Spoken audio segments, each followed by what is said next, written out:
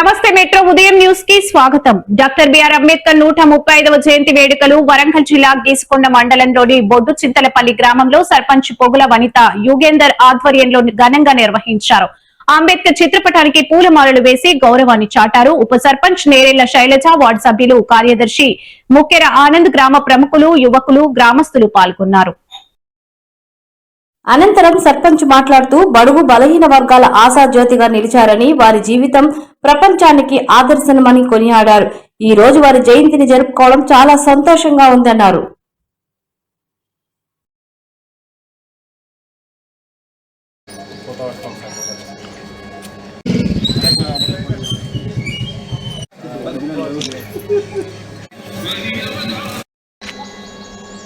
రోజు doctor BR Ambedkar గారి 135వ జయంతి ఉత్సవాలను పురస్కరించుకొని అందరం ఇక్కడ సమావేశం కావడం జరిగింది.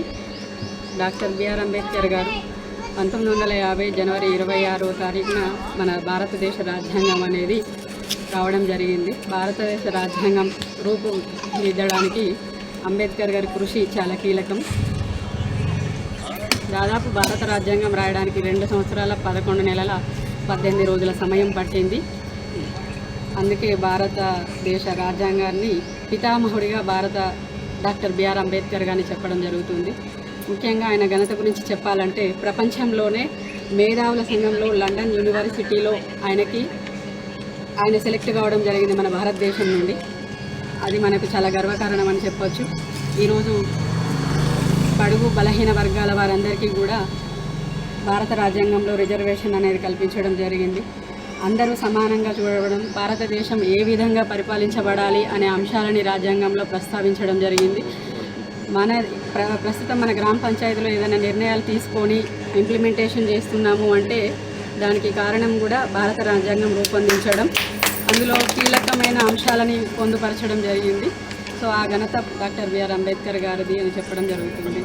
పేద ప్రజలకి విద్యా అవకాశాలని, రిజర్వేషన్ని, ఉద్యోగ అవకాశాలని ఈరోజు అందరూ సమాన దృష్టిలో కలిగి ఉన్నారు అంటే అది డాక్టర్ బిఆర్ అంబేద్కర్ గారి గొప్పతనం అని చెప్పవచ్చు. అందరికీ సమాన అవకాశాలు, ఇంతకుముందు నిమ్న కులాల వారు, అగ్ర కులాల వారు అనే భేదాలు లేకుండా ఉండడం అనేది ఆయన రాసిన రాజ్యాంగం ద్వారానే అని తెలియజేస్తున్నాను.